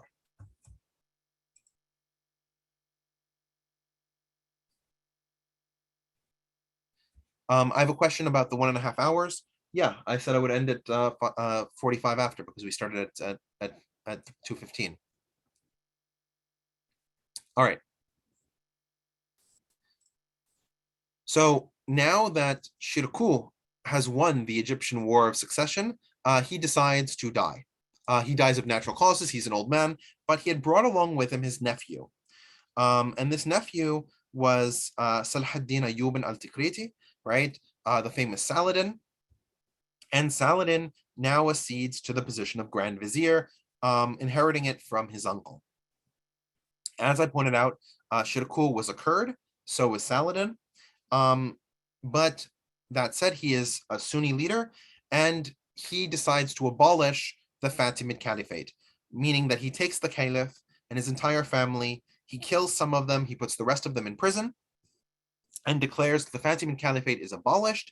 He is creating the new Ayyubid Sultanate, Ayyubi being his family, so it's the Sultanate or kingdom of his family. This is immediately recognized by the Abbasid Caliph as a legitimate Sunni country, right? Remember, the Fatimids were Shiite, so this insurrection and insubordination was seen as a legitimate thing in the Sunni world. Despite being Shiite rulers, most of Egypt is Sunni as well, so this change is welcome in Egypt by most of the population. The remaining Shiite communities in Egypt are thoroughly repressed by Saladin, who closes down a number of their mosques, arrests a number of their leaders, and the Shiite religion is largely expelled from all but the southernmost regions of Egypt by the middle of the 15th century.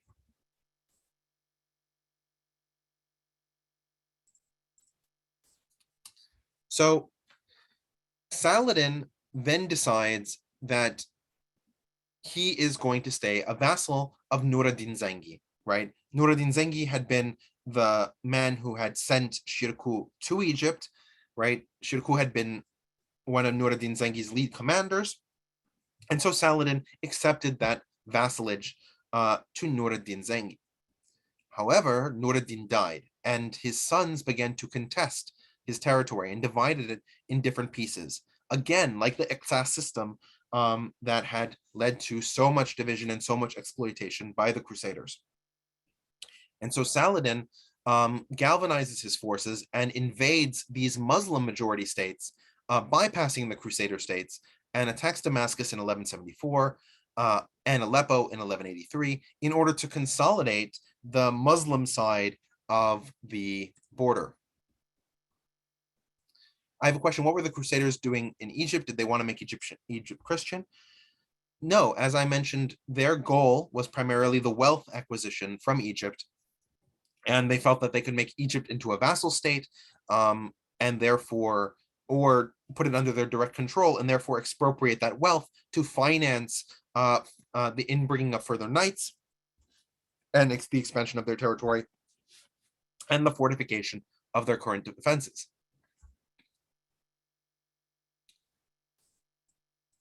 So to highlight one of these battles, there was a battle at the Horns of Hama. This was one of the most difficult battles that Saladin fought against the sons of Nur ad-Din Zengi. And those troops were led by a man named Muzaffar ad-Din Gakberi. He was a Turk, and he was an astounding military commander. Saladin had an immense difficulty defeating his forces, but once he did, he offered to Muzaffar ad-Din Gakberi the position of Atabeg of Mosul, once that city would be under his control, and Gukberi consented and became one of Saladin's most loyal soldiers and commanders in a number of the subsequent battles, especially against the Crusaders. You also see here a modern interpretation of what Princess Ismat ad-Din Khatun looks like. She was the wife of Nur ad-Din Zengi and the daughter of Mu'in ad-Din Umar. She is sometimes called the queen of three dynasties because she was first the daughter of Mu'in ad-Din Umar, meaning that she was the Amira or princess of Damascus. By marrying Nur ad-Din Zengi, she brought that land of Damascus with her into his empire, but was part of now the Zengid state. And after Nur ad-Din died, she decided to marry Saladin, and so became part of the Ayyubid Sultanate and brought Damascus with her again. And when I say that she brought Damascus with her, I don't mean in any sense, but the physical sense of that the city and the surrounding territories of the Burid Emirate were hers. She was the sole inheritor of that territory. And because of her skill in war, she wasn't a soldier, but she, diplomatically speaking, especially concerning the siege of Banyas, which was a Crusader siege that she managed to prevent. She de-escalated the situation, so Banyas remained in Syrian hands, in Muslim hands. Her people were really loyal to her and respected her, and so her decision to align with Saladin led many in Damascus to fully support the Ayyubid Sultanate and not Nur ad-Din Zengi's children.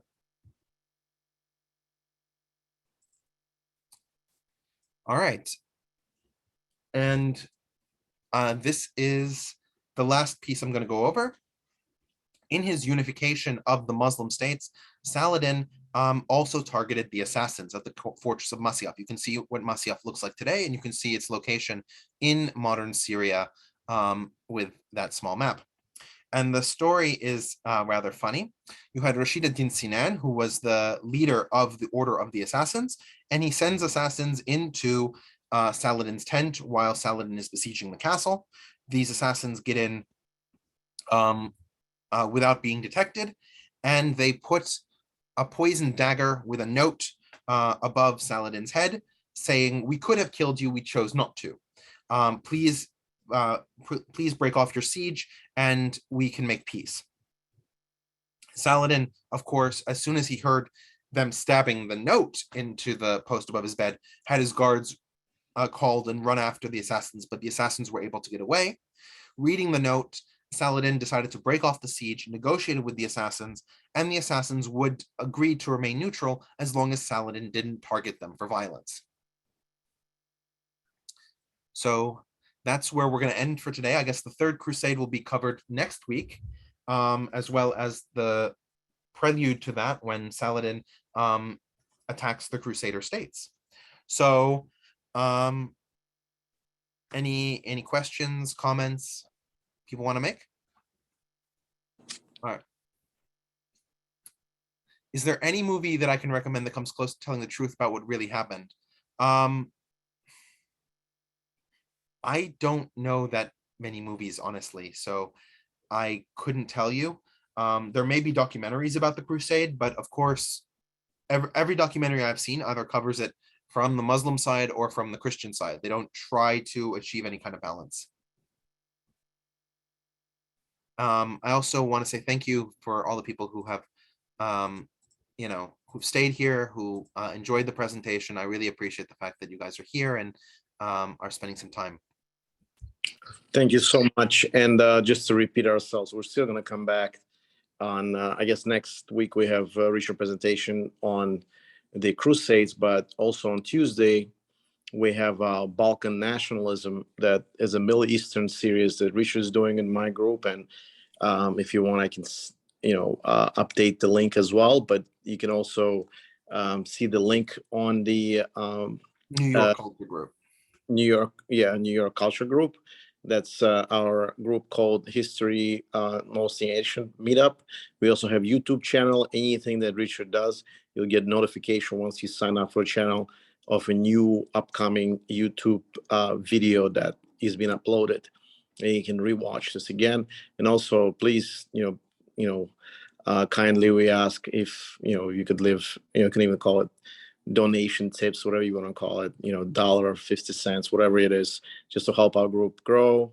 And, so that, we pay for the Zoom meetup and all that stuff. And, so not to incur huge expenses. Thank you so much. And thank you to Robert again.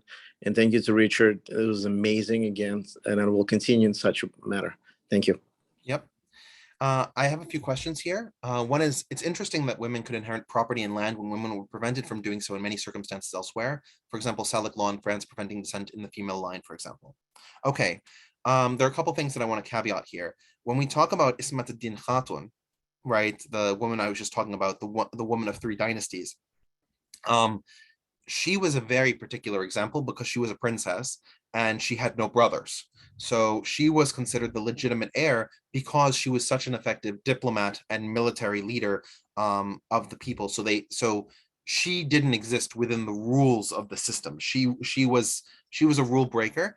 And one of the things that I like to do is that if there's somebody from a minority group or somebody from or there's a woman or there's some religious group that doesn't get talked about and they're responsible for doing something interesting in this time period, I like to highlight that because it shows that history wasn't all just X group fighting whatever.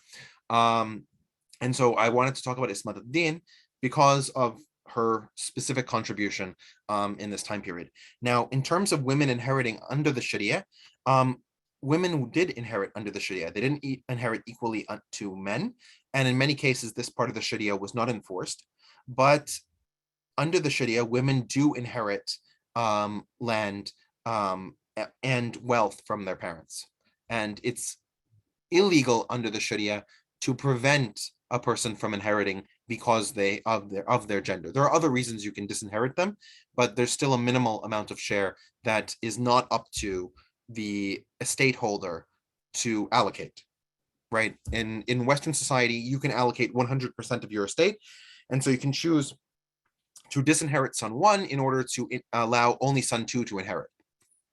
Under the Sharia, you only have 1/3 of your estate that you can allocate on your own. The other 2/3 of your estate are pre-allocated according to the Sharia, which includes inheriting your daughters and your sons. I have a question. Why did the assassins risk this much to impress Saladin? They didn't want to impress him. That wasn't the point. The assassins know that militarily speaking, they cannot confront Saladin. He has forces orders of magnitude larger than they do. So there are two ways this can go. Saladin besieges them for a very long time. Their numbers run thin, and then eventually he takes the castle. Way 2, Saladin calls off the siege, but slowly represses them. And then they have to keep assassinating political figures in Saladin's state. And then eventually there's going to be another war, and it's probably not going to end well for them. Or they make some kind of truce with him. And so I think it was a calculated decision to avoid those other two outcomes.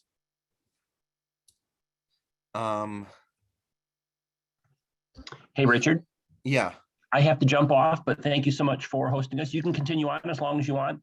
Just close out Zoom and that'll capture the recording, and then I'll put it on YouTube, and I'll see you on Tuesday. Sounds perfect. Thank you so much, Awesome. Rob. Thanks, Richard. And thanks also, of course, to you, Zach. Thank you, Robert.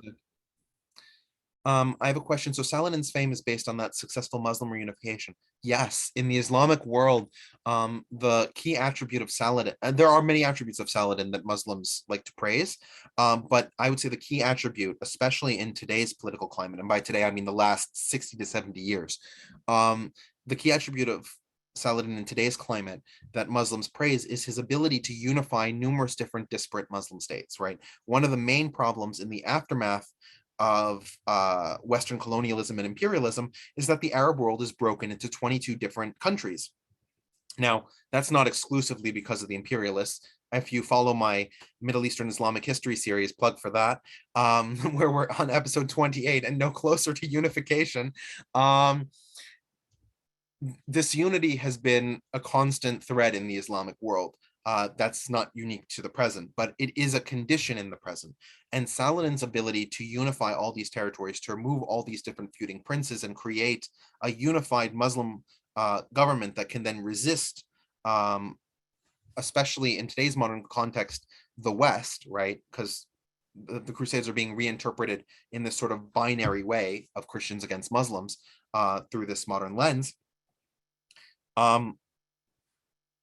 This idea of unification, this idea of control, is something that they highly value. So that's definitely an attribute of his that a lot of Muslims really value.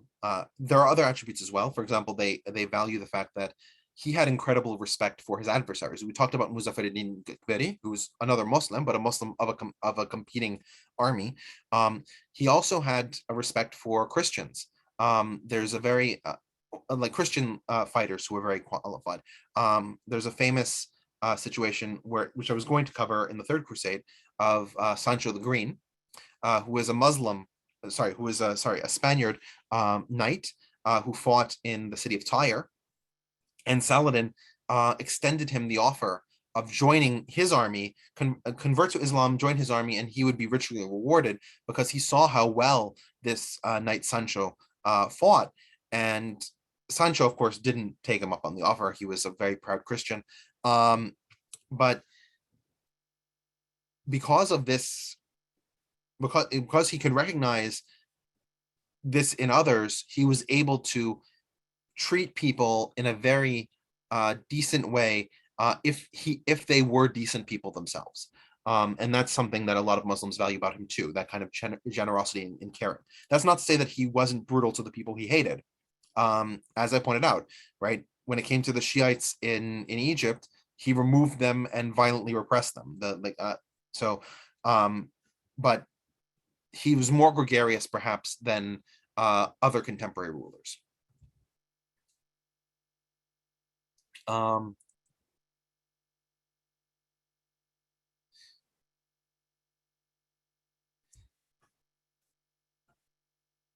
I think that covers all the questions. In terms of his strategies, he was a very good strategist, and that's why he won most of the engagements he fought. He didn't win all of them, and there were a number of key battles that he didn't win, which is why he didn't eliminate the Crusader States in totality. But he was one of the more effective generals in history. Certainly, the one that was the most difficult single commander for the Crusaders to deal with. The possible exception being Baibars, who we're going to cover in the 4th session. All right. Any last questions before I close this out? I have a question. Is it true that most men join the Crusader army out of poverty or to find a wife? I don't know if there's any sort of poll results that would suggest what the true motivation of people was, but a lot of the people who weren't knights joined because of the possibility of avoiding poverty, right? While in Europe, your situation was set, in the Middle East, nobody knew what your situation could be. You could be a landowner, you could be something else in all that upheaval. And so there were cases of people who were serfs in Europe who became effectively nobles in the Middle East. But I don't know if that is a majority reason people went, or if it's combined with other things like prestige and absolution for sin. Conversely, Richard, it's interesting that a lot of the ideas that people took from Middle East, they brought to Europe because they're coming out of Dark Ages, right? I mean, this was a lot of the ideas that transferred to Europe, like Archimedes and Socrates is stuck in Arabic world and therefore made its way back to Europe. We should be careful about this. That did make its way back to Europe, but it was primarily through the Reconquista in Spain that happened, right? You had the schools of translation in Toledo, for example, that were staffed primarily by Mozarabic Christians. These were Christians who had lived under Islamic rule for so long that they began to dress like Arabs, right? Even though they were indigenous to the Iberian Peninsula, and their dominant language was Arabic as well as Spanish. So you had Mozarabic Christians, you had Jews, you had some Muslims who stayed behind in the Christian-controlled states, and those were responsible for the integration of Islamic knowledge into Europe. The pathway from the Crusader states to Europe was very minimal in terms of knowledge. In terms of food, a lot of food was brought to Europe from the Crusader states.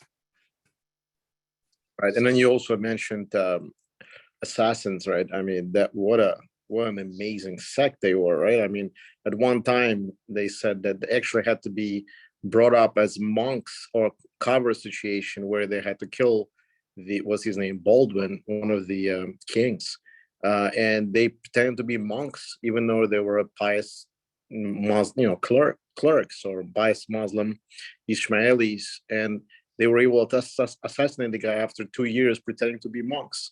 This is just unbelievable.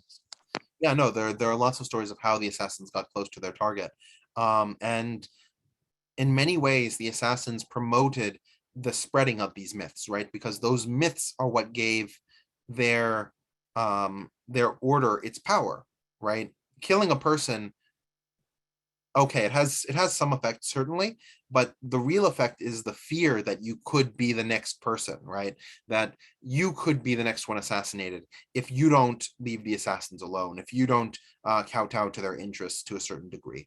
So that's really what the assassins were trading on. And they were doing that to protect their Ismaili sect, which, by the way, still survives. The assassin order does not survive, but the Ismaili religion still survives, which, as I said, the Nizari Ismaili religion still survives. The Musta'ili Ismaili religion of Fatimid Egypt doesn't survive. The Musta'ilis, and because there are some successors, because Musta'ili breaks down, but all those successors no longer exist either.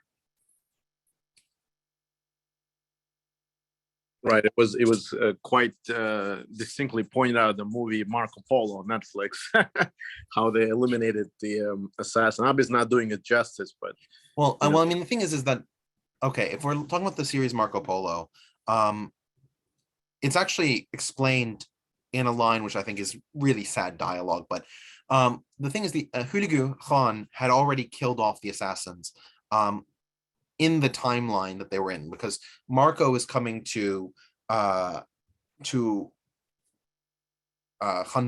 the modern Beijing, to meet with Kublai Khan in the 1260s, and in the 1250s.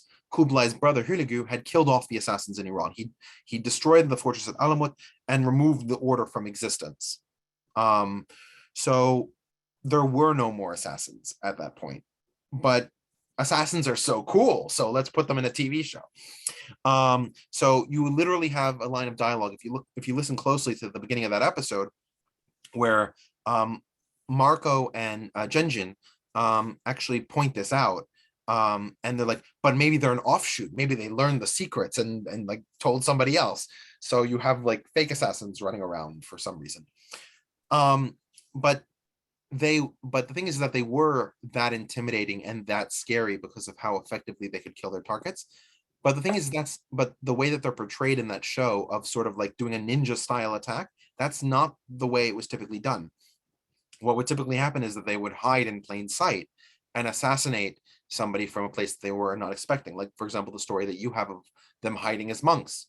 The assassination of Maudud, for example, was in a meeting that Maudud was attending with supposedly pious parishioners. I have a comment that assassin comes from the word hashish. This is debated. So we actually don't know what the assassins called themselves. The word we believe that they were using was assasiyun, which in Arabic means fundamentalists, or those who follow the fundamentals, which makes sense for how rigid their order was and how they sort of saw themselves as understanding reality at a more fundamental level than other people through their use of drugs and other intoxicants.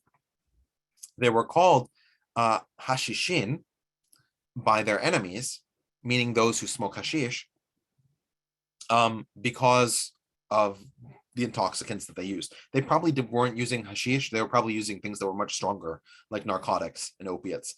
But both of these names have sort of stuck, and the English rendering is assassin. But we don't know if they were assasiyun, which is more likely, or they call themselves hashishin as well. All right. Any last comments or questions before I close this up?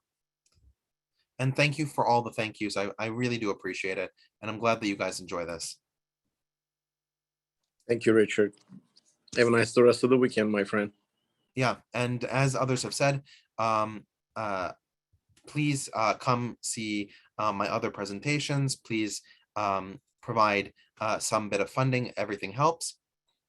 And if you like what you saw, please feel free to come back and yeah, enjoy. Thank you. Good night, everybody. Good night.